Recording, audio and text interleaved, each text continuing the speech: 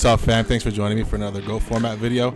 So today I actually have Moxies, who's the first place winner for the Format Library Championship. Moxies, you want to say what's up? Hi everyone, this is Moxies. Yeah, I've been playing Yu-Gi-Oh for a couple years, or Goats for a couple years now. Yeah. Okay. Do you play current Yu-Gi-Oh, or are you just playing Go Format? I do play current. I actually, a couple months ago, I actually topped the Reddit championship for current. I do play both. Okay. I just play Goats a lot more right now. Okay, I didn't even know there was a Reddit championship, so I guess I gotta look into that too. Okay, so Moxies, would you mind explaining to everybody what the Format Library Championship are, just for the people that don't know what it is? Format Library is just a Discord where they have different formats, from historical formats, from fan favorite Goats, Teledad, Edison, stuff like that, and you can go there and you can interact with people and play different formats. And every couple months they have a Format Library Championship, which is specifically for Goats, and usually the first place, and depending on how many people show up, the second place get invites for the Worlds, for Goat Format Worlds at the end of the year. Yeah. Okay, yeah. So do they have other tournaments besides Goats? I know you said that they have, they're doing just the World Championships right now just for Goats. But do they have tournaments for, like, let's say Edison format, or if you want to play Critter format? Yes, they do. Okay. Actually, just last week, the week before this tournament, they had a Tengu plant, I think, and I don't remember the other one, but yeah, they'll usually do a poll on the Discord, and then people will vote on which format they'd like a tournament for, and then whatever one wins, there's a tournament for. That's pretty cool. I'm actually on it, but I don't mess around there too much. But since you just said that, I'll probably just jump in. But okay, so you went undefeated at the Format Library Championships. You had 7 wins. So would you mind telling us what your matchups were for the tournament? Yeah, sure. I actually started off extremely lucky. My first round and my second round opponent didn't show up, so I started off in winners round 3 right off the bat. Okay. So that was that's extremely helpful if you're trying to win a tournament. Okay. And then round 3, I played a gentleman using Goat Control with main decked Soul Exchanges and Mobius. Okay. I think he was just trying to combat the Warriors that have been a lot more played lately, so he's trying to combat that with Goat Control. Okay. And then after, I played a guy using Emissary of the Darkness with Sonic Duck deck. Skill drain, stuff like that, like a really floater really out there. So like a floater yeah. beat down or something like that. I think it's just another deck he's trying to just not like get smoked by Warriors, essentially. Right. So he wants a lot of floater type of cards. And then I played Carl Waite. If people who should watch his videos should know, he's a long-time Go player, very good player. Yeah, I played him. He was on Chaos Turbos with main Solemns, and we had a very excellent match. It went right down to Game 3 wire, and got super close. Yeah, so Carl White's actually a really good friend of mine. I've known him since I was a teenager, actually.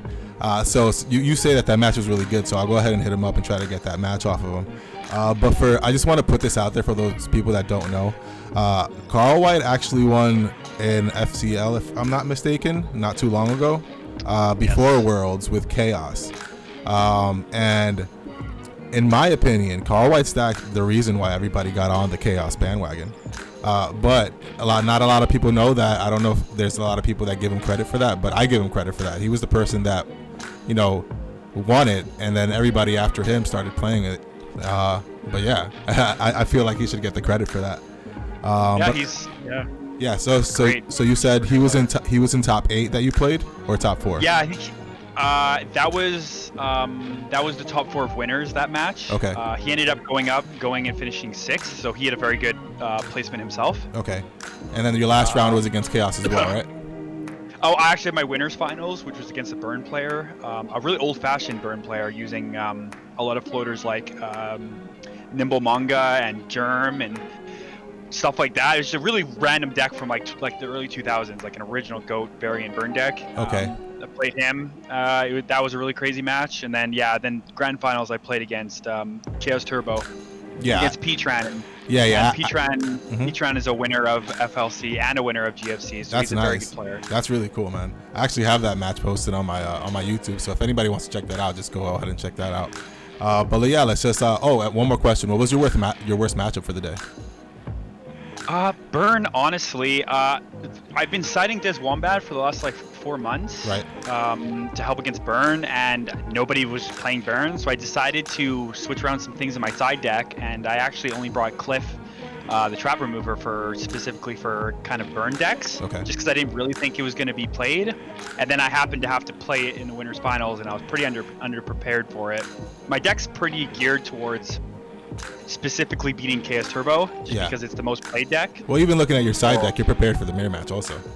Yes, the mirror match is a pretty hectic mirror match. Okay, all right, so let's jump into this deck list. I'm just gonna read these cards out and then ask you a few questions. So it's not regular Chaos, it's Chaos. I mean, it's not regular Warriors, it's Warrior Chaos. So it's BLS, Chaos Sorcerer, Triple Blade Knight, Breaker, DD Warrior Lady, you got Don Zalug, Exile Force Ninja Grandmaster, 2 Skilled Dark Magicians, 3 Kaikus, Tribe Infecting Virus level 2, the obvious Trinity, Snatch, Heavy, MST, Pre, Double Rhoda, Double Knock, Mirror Force, Regeki Break, Mirror Force, Ring of Destruction, Call the Haunted, Torrential, Parasakus, Trip Dust Shoot, and Trip Solemn. For the main deck, the side deck is Assure Priest, Cliff the Trap Remover, 2 Kinetic Soldiers, Double Stein, Double Smashing Ground, Trip Dust Tornado, Double Evac, and Double Book. So if I can ask a few questions here, I never really understood why people played Skilled Dark Magician just period. I guess now it's for the Kaikus, but what was your reasoning behind it? He's actually got a bunch of reasonings. Beating over Kaiku specifically is pretty good because I am playing a Kara's variant, so I do care about my cards getting banished. I'm also playing Prima and Call the Haunted, so I don't really want a Kaiku just banishing my stuff, and he can beat over that. He also can't be Tsukiyomi'd, so that was a big deal. And him being just a straight 1900 attack is extremely good to have in the mirror match because other than a boosted up Blade Knight, no one has any monsters that can just beat over a Skilled Dark Magician. So you just have a guy that can just beat over anything at any time. Right. So that's just super useful. So. Right, and you make a good point with the Tsukiyomi. He's kind of just does it all. Plus he's a dark. Yeah, and you make a good.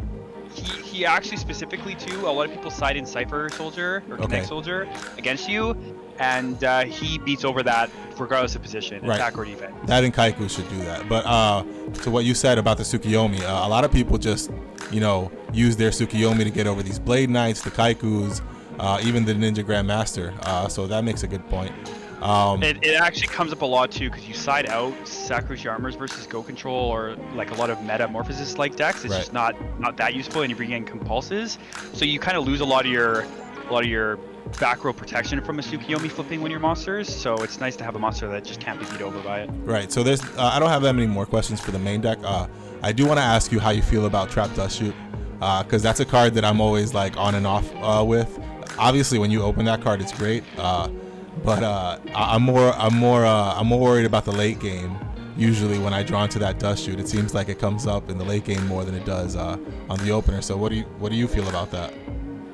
I mean, I've definitely had it happen where I've top decked it and it's been completely dead. But more often than not, you're going to draw it quickly and early, and your opponent's going to be holding cards in their hand a lot, especially with how prevalent TD is. Right. That like more often than not, you're gonna want Trap Dust Shoot, and you want to see it as fast as possible. That's even true. More so in a warrior build than in other decks, just because you want to attack their hand, their field, their graveyard as fast as possible.